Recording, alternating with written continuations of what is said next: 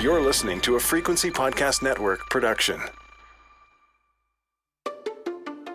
This was not an economic downturn or a recession. This was a complete collapse. This is Gonzalo. He's based in the Gatineau-Ottawa region, but he grew up in Argentina. Now, Gonzalo was 15 in 2001 when Argentina made the largest foreign default in world history. The country froze citizens' bank deposits and saw an abysmal devaluation of their currency. The resulting financial chaos spurred social and political turmoil. Over half the population dropped below the poverty line. More than a quarter lost their jobs. Thousands took to the streets in mass protest, and that prompted Argentina's presidency to change hands 5 times in 11 days. Puts our economic crisis in perspective. People started to really rely on others because there was no government safety nets. There was nowhere to go. Gonzalo and his family were middle class, but that didn't shield them from the impacts of the crisis. It was quite devastating to see how difficult it got. My father had health issues because of that, and I got exposed to a whole new reality of the country. The family did what you'd expect. They cut all unnecessary costs and they adapted to living on a shoestring budget. But beyond that, we started communicating and building more connections in our community, triggered by this common need and the sensation that we were all in this situation together, something that I never experienced before. I remember seeing a lot of neighbors getting together to prepare meals and make sure everybody has food, to also secure medicine. It was something that was coming from the bottom up. So now, Gonzalo felt prepared for the recent strains on Canada's economy. Because it really helped me to be aware and then start to strategically cut on the areas that I was really not getting a lot out of it. But I really became very, I wouldn't say conservative, but very mindful of my spending. Even if I apply for a mortgage, I feel nervous because I know that I'm spending money that I don't have. I'm terrified of credit cards. I don't trust them. And I use them essentially just because we need to build credit. Well, Gonzalo was ready for this moment. He can feel his peers struggling to adapt to Canada's ever-rising cost of living. So he wants to know, how can we take that with us so we can use it and benefit from this, I would say, good habits or healthy consequences of this? Not just when there's a crisis, but beyond that, when we have good times, how we can learn from this experience. The past couple of years in Canada obviously haven't been as severe as Argentina's near-total collapse. But still, the ongoing spike in interest rates, inflation, and the cost of living have taken their toll. So how do we prepare for and adapt to harder economic times? I'm Jordan Heath Rawlings, and you are listening to In This Economy, the show where we try to help you understand the systems that create our money problems. We tackle everything, from practical issues like credit card debt, grocery bills, and mortgages, to things that influence every part of how we deal with money, starting with financial literacy. In each episode of this show, we hear from a listener like Gonzalo, who has a question about how to navigate our economy, and then we find a financial expert who can take us on a deep dive into why things are the way they are and how we can make them work to our advantage, even in this economy.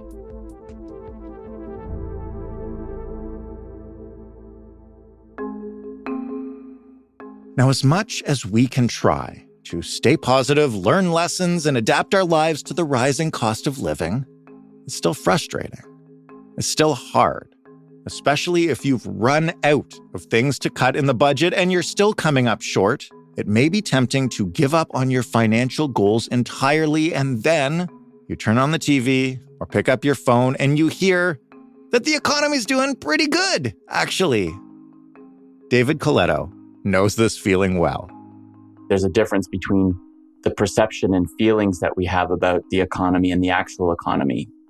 And when economists say, hey, folks, the economy is actually doing pretty well, it just reinforces and makes people even angrier and more frustrated because I do not feel that economy in my day-to-day life. David is the founder and CEO of Abacus Data, a company that regularly polls Canadians on what's concerning them the most. And right now, as you might imagine, which is why you're listening to this show, those issues overwhelmingly fall under the umbrella of finance. David, along with his colleague, Tanya Woods, are well aware of the general feeling of doom and gloom. If you identify as a millennial or younger, you've been told by Canada, by the world, you're not going to be as financially successful and secure as your parents. That's definitely not encouraging. Tanya is the head of government and regulatory affairs and policy council at Questrade Financial Group. She's also the managing director of Canada's Chamber of Digital Commerce. I called her and David to get a sense of the state of our economy, how we're feeling about it, whether we really understand the causes of the money problems most of us find ourselves in, and to ask them what we can learn from what we're dealing with right now that will help us do more than just sit back and survive it. I'll begin with David because David, first I wanted to know from you, in terms of the everyday cost of just a decent middle-class lifestyle, I think it can feel like it's never been worse than it is right now. Is that true? There are many indicators that would suggest it is, at least if you take anyone 40 and under, it certainly has not been this difficult to afford a lot of the things that people expect to be able to afford, even those who have a full-time job. And that is, the center of it is housing. So there's no doubt that housing is more expensive today than it has likely ever been. Your parents, if you're like mine, 40 years old, will say in 1980, when you were born, David, our interest rates were 20%. And that's true. And interest rates are not that high today. But the price of housing, whether you're looking to rent, you're looking to buy, carrying a mortgage today is so much more expensive. So on that front, yes, I think things are substantially worse. And I also think we've just lived through, and we're living through, a period where the price of pretty much everything we need has risen substantially. And that is relatively a new phenomenon. You have to go back to the 1970s and early 80s to see another period where inflation moved as fast. So for, I would say, half of the population, this has been a moment where they have not experienced before, in a kind of economy that, while on the one hand, actually is by other measures doing pretty well. Unemployment is pretty low. The economy is technically still growing. But when we ask Canadians in our surveys, do you feel that the economy is doing well? Most say no, and particularly younger Canadians say absolutely not. What does the market say about the economy on the whole? Well, the market says, we're they use the term right now, sluggish. So We're technically still growing. Canada has not gone into a technical recession, which economists define as 2 quarters of a declining GDP.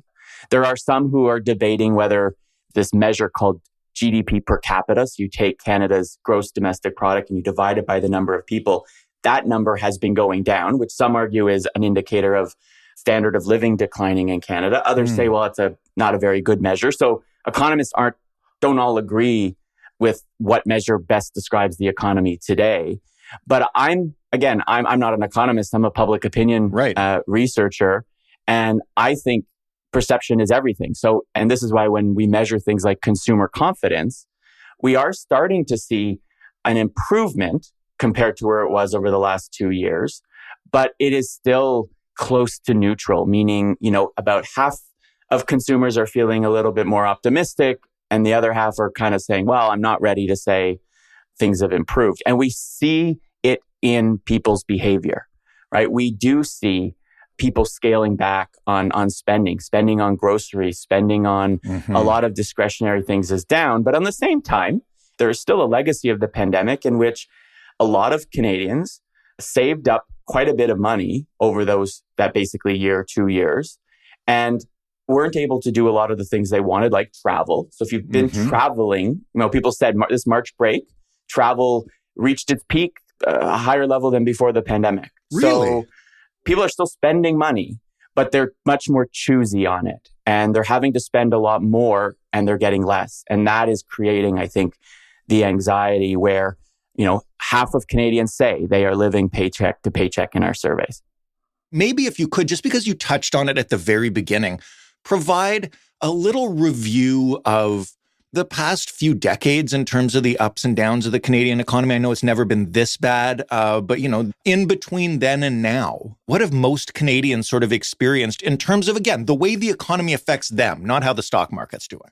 Yeah, I would say, coming out of the 80s, which was a period with interest rates were very high, the housing market, it didn't crash, but it really dipped. So it was actually a really good time to buy a house if you had money. If you didn't have money, you'd have to pay quite a bit to carry a mortgage at the time. And that's when baby boomers, if you think about the generations in Canada, were, in their 20s and 30s. So that's my parents, right? Experiencing that kind of difficult, constrained economy, slow growth. And that persisted through much of the 80s. And then into the 90s, particularly after the mid 90s, you actually had a period of pretty substantial growth, right? And it felt like the economy, the American economy, the Canadian economy was on all cylinders. Money was flowing. People were doing quite well. There was a lot of optimism. I always think of like governments were balancing budgets and they were doing it without having, the federal government in Canada cut quite a bit. But then there was this period of really strong growth into 2000.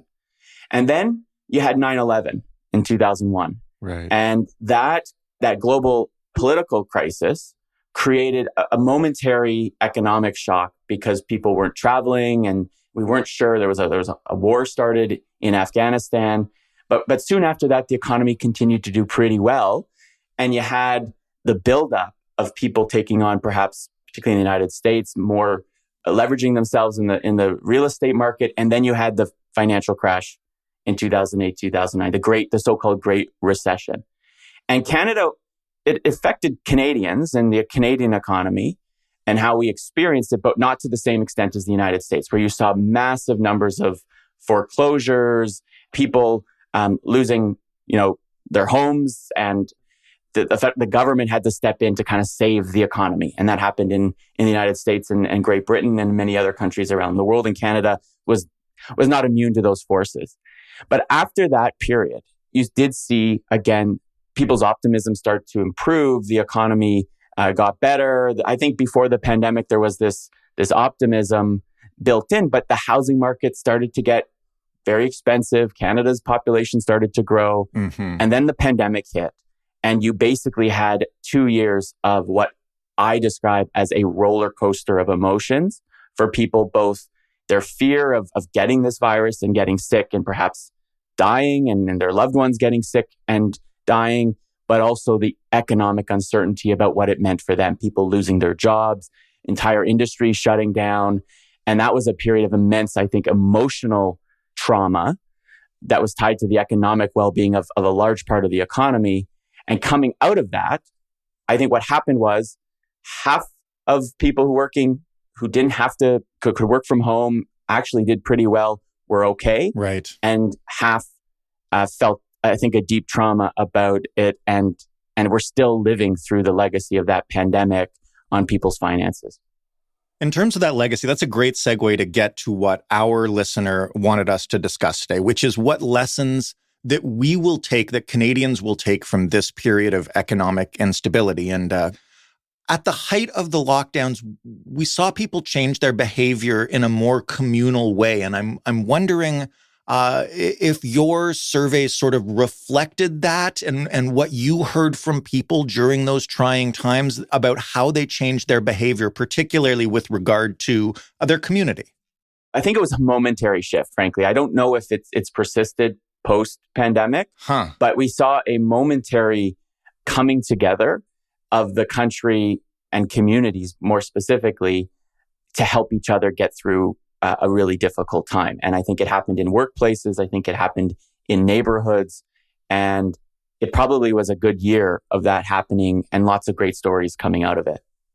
In terms of what people told you, you mentioned a little earlier that some people, obviously probably mostly the ones who were lucky enough to be able to work from home and have a stable income during the pandemic, had managed to save money. Did you figure out anything or see any trends in terms of how the pandemic changed the way people spend and save? And I ask you this because one of the things that I've talked about a lot on The Big Story is, when you have your grandparents who lived through the Depression and so will now always have like money in the mattress or canned food in the basement. And we've talked a lot about people will now always like have extra rolls of toilet paper on hand because they experienced that. I'm wondering if there's been a lasting impact in terms of how people manage their money. I don't think there was. And they started spending again as soon as it was over, right? Seriously, human instinct and behavior is unpredictable, but there are things that are predictable, and that is we don't always learn from experiences. I do think a few things happened, though. We had seen already before the pandemic forced us to entertain ourselves at home because of our ability to, get content on demand. If you could afford it, set up a nice, TV or a number of screens in your home. We saw people spending less outside the home. So they were able to do more things at home. And that was a trend that just accelerated during the pandemic. The ability to save that many households experienced was because a lot of costs declined. So many people didn't need to commute into work. If you had children, you were forced, in fact, to care for them while you were working if you could. And so childcare costs reduced for a moment. So a lot of this non-discretionary spending that we typically have to spend in our day-to-day lives for that moment of the pandemic disappeared. And so a lot of people saved a pretty large cushion of money. And then many people got CERB and other government benefits to help support them through that period. But you didn't have to spend that money because there was not a lot to spend it on. What ended up happening, though, is the moment that we could, some folks talk about revenge spending. And revenge spending is a behavior that happens when, you feel like you deserve something because you've lived through a difficult period. And so you basically had, most of the world who had resources basically saying, okay, I couldn't travel for 2 years, or I didn't feel comfortable traveling, or I'm going to spend on a luxury item that I might not normally buy because I have this little bit of money and I deserve it because I lived through this traumatic period. And you saw that happening a lot. But as prices rose, and this is partly what drove inflation, is that demand, people's desire to spend and their ability to spend was so high. And at the very moment everybody wanted to spend money, the supply was still constrained because of the impacts of the pandemic. And that is what fueled inflation. And so it spiraled and made things far worse for people. And so I actually think, we had this charitable sense of things. What I'm seeing in the public mindset, and I'll end here, Jordan, is despite what we did during the pandemic and what so many people kind of contributed and built a community spirit, because of a scarcity mindset that has set in, where so many Canadians say, look, the things I need in my life, I feel are so much harder to get, so much more expensive, whether that be housing, food, energy. It means we have increasingly become zero sum in our mindset, that if I'm losing, if I feel like I'm losing, it means somebody else is gaining.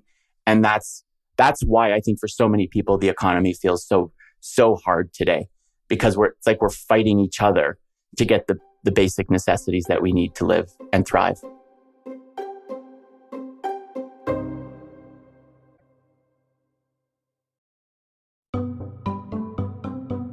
I want to ask you this, but I also want to ask your colleague, Tanya Woods, who is also joining us, this question, which is, given the past 30 years, or even just going back to the 90s, when probably most of our listeners were too young to really be paying much attention to the economy, were Canadians prepared for the way everyday affordability changed as we came out of the pandemic and prices started spiking? Financial insecurity is something that affects far too many people, right? When you ask people in a survey, if you needed to find $500 or $1,000 for an emergency, could you get it? More than a third of Canadians say no to that question. When we ask, we do the survey every year with HOOP, which is the Healthcare Pension Plan of Ontario. They run the pension plan for all healthcare workers, and they look at retirement security. Not just young people who aren't saving for retirement, but there's a substantial number of people on the cusp of retiring who have almost nothing saved.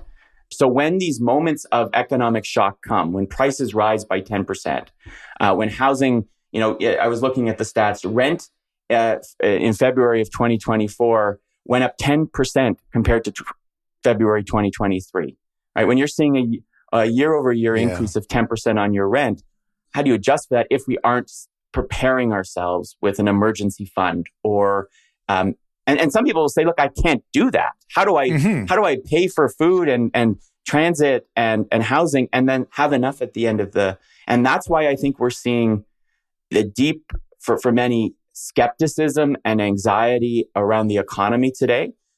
I think what Tanya will talk a lot about, and I agree with because we see it in our surveys, is Canadians are not financially literate. So when a moment comes in which we have to pivot in the way that we adapt to a changing economic circumstance, I don't think we're prepared for it.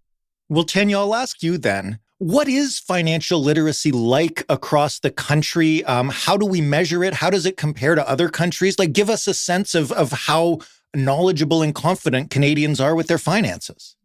Canadians believe, right or wrong, that they are, some financially literate. 30%, I think, is a study David put out recently. And yet, when we talk about innovation that's happening, there is a tremendous amount of innovation happening in this space. Less than 15% really even know what it's about. I would say maybe closer to 10 at best. What are we talking about when we say innovation? Thank you for asking the question. I mean, we're talking about open banking. We're talking about crypto and digital assets. We're talking about new ways to do credit checks, new ways to set up your own savings account. We're talking about online financial services providers, online qualified advisory services, online insurance providers, online mortgage providers. Why does that matter? Well, digital service providers generally can benefit from economies of scale. They can drive costs down for their consumers because they know how to leverage technology networks. And so the promise of digital financial services is that they're going to be more affordable for Canadians if structured appropriately, if the law allows them to be. Canadians have not realized this yet. And by realized, I mean, it's not in their day-to-day life. Yes, we have, online accounts. We can go look at our passbooks now in a digital format. Yes, we can place some online orders thanks to Questrade and other leaders who have pushed, the online trading space. But if you don't know how to read the digital ecosystem properly, you don't yet have a relationship with it. You don't have a trust with it yet. You don't know what's possible out there in the world. And so you're missing out. But we have enough FOMO, so we're not going to pile more FOMO onto that right now. We're going to talk about literacy. And I know you've got lots of questions about that. Moving into the next space in finance is one thing. And obviously, people can debate back and forth about whether the opportunity there outweighs the risk or not when you talk about things like crypto.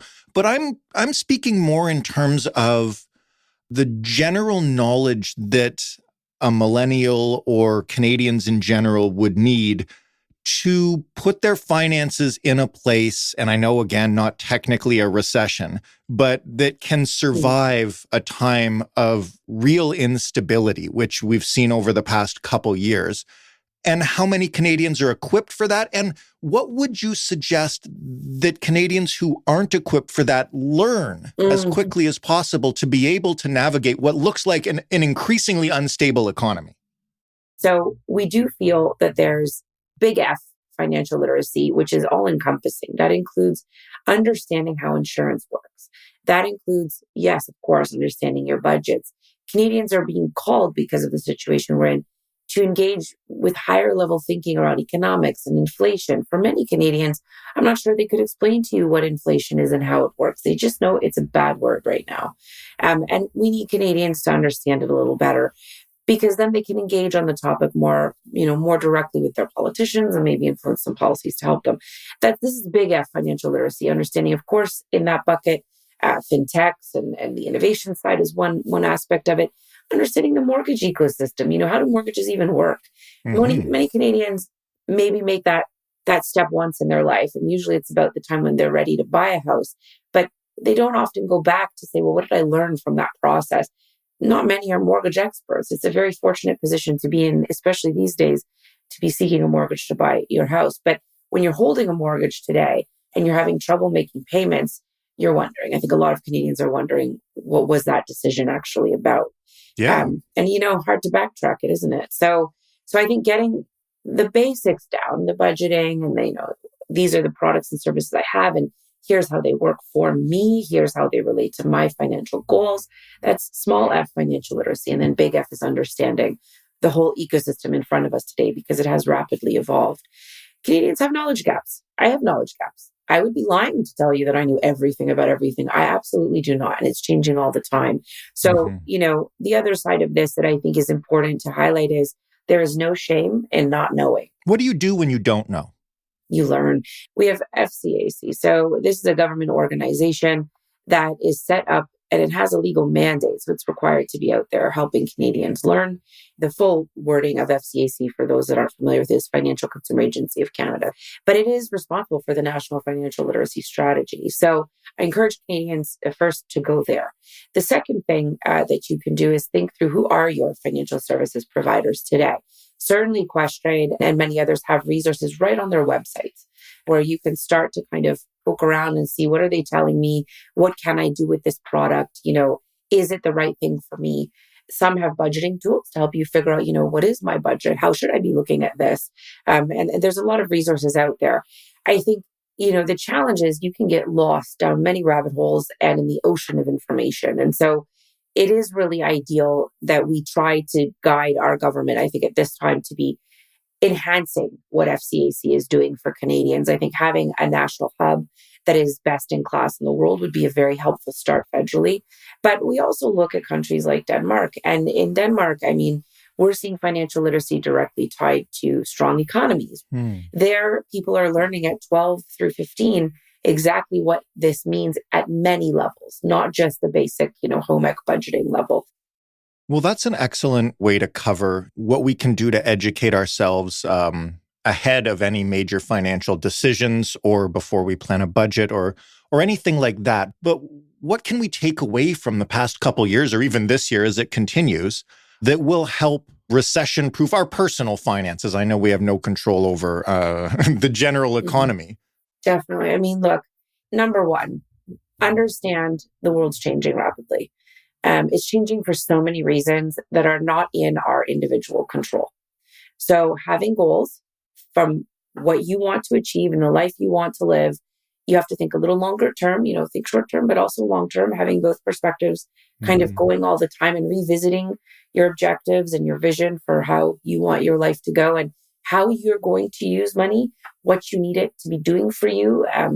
It's really important to first put some thought into your own objectives. Then it's important, of course, to equip yourself with the knowledge on how to do that. You can reverse order those if you like, but sometimes learning in a more directed context is a little bit easier, guides you. And then get familiar with the products and services out there. The government is aware that there's an issue, and they have been introducing a lot of new programs and opportunities for Canadians. One being, of course, the first home savings account for those Canadians that are, interested and want to have a home and buy a home one day. This is something, Questrade was really proud to support and to develop that product and get it into market first. And from that, just that initial initiative of government and then our company's leadership, what we experienced were customers starting to ask more questions. It's easy to get overwhelmed, but pick your first thing and just start. And then the other aspect of it is read widely, understand sort of how does government impact what you do, and engage with your politicians. I think, Canadians have had for many years a bit of a complacent tendency when it comes to public engagement with their political representatives. This is a moment in time. We can't sit back. Once we figure out what we need and we have a better understanding of what's going on in the ecosystem, we can do part of our research engaging with our local politicians and saying, listen, how can you help me? That's their job. Their job is to serve the public. How can you help me? Can you get me better education through these bodies like FCAC? Can you help me solve my challenge over here with my housing concerns? Can you help me define financial future for me here in this country? We have a very busy election cycle coming up, and I think these are going to be, in fact, I'm fairly confident David would probably backstop it with his data, but I'm fairly confident these are going to stay election issues, and I think they're going to make or break the election. So the more Canadians engaged, asking, demanding, seeking engagement and asking what their politicians are going to do for them on these topics is really, really important, because it does set the tone and direction for our country and the policies that guide it economically and financially. Because you mentioned it, I will ask you, David, and I'm fairly certain already of the answer, but economy and affordability, where Canadians rank it on the issues that they'll be voting on. Number one, close to 90% of Canadians put either the cost of living or housing affordability as a top 3 issue. And so as long as that is the mindset that people have, I think it will affect everything. It will affect the decisions they're making as consumers, and it will have a political impact as well. And we're seeing its effect here in Canada and around the world. There's no incumbent government that isn't being harmed by what I call inflation-itis, which is the impact that inflation and this feeling of falling behind has on voters. But I'll say this because I think this has been kind of a downer a little bit podcast. And that's the nature Welcome of the to world. In This Economy. Yeah, exactly. Well, but that's it. But look, I also am somebody who's generally a glass half full kind of person. And I look around and I say, living today, it's never been easier for you to be in control of your finances, to connect all of the dots, to know and power your financial future if you choose to take control. Right. You don't have to have a mysterious stockbroker handling your money anymore. Exactly. Right. And it's never been easier to connect globally to markets. So I think we sometimes fall into the trap also of it's never been as bad. And that is true on some issues, but it's never been as easy to achieve things as well. Tanya, before we wrap up, you mentioned complacency. And not being complacent is a lesson that we can learn. And I'll ask you, as we go through this period where interest rates have shot up and inflation has shot up and now is coming down, do you think Canadians are kind of waiting for the economy to just calm down, kind of go back to normal, go back to sleep, being okay and affordable again, and then so that they can stop caring about it? And will that ever happen now? Mm-hmm. I think there's definitely an aspect of that. We've been very privileged as a country for a very long time when it comes to economic stability. I mean, David referenced the financial crisis in 2008, and the government at the time was really proud that it had just skated past it.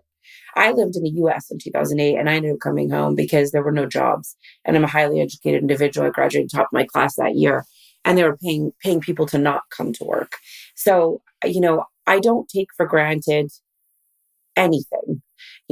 We are so hyper connected to any number of services and opportunities, but that can be overwhelming. So we can't take that overwhelm for granted. I mean, whether we're comfortable with it or not, we do have to take responsibility, each one of us, for our situation. Thank you both so much for this. And I guess the lessons are, don't be afraid to learn, don't be intimidated to learn, and then don't assume the economy will stay one way forever.